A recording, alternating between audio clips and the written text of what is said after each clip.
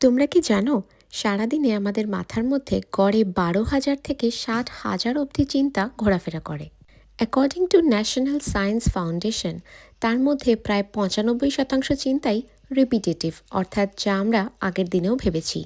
এবং জানলে অবাক হবে, আমাদের চিন্তাভাবনার প্রায় 80% হলো নেগেটিভ। আমরা বেশিরভাগ সময়ই কিছু না কিছু নিয়ে মনের মধ্যে কমপ্লেন করি, ক্রিটিসাইজ করি, কনসার্ন হই, কম্পেয়ার করি বা কম্পিট করি। পজিটিভ চিন্তাভাবনা কিন্তু আমাদের জীবনে অনেক শান্তি এনে দিতে পারে। তার জন্য কিছু ট্রিক ফলো করতে হবে। সবার আগে, ভবিষ্যতের জন্য দুশ্চিন্তা করে বর্তমানকে অবহেলা করলে চলবে না। বর্তমানকে এনজয় করো।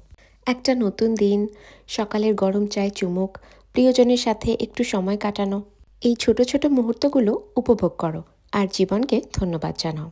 আর হ্যাঁ, নেগেটিভ মানুষদের থেকে দূরে থাকাই শ্রেয়। Take care, good night.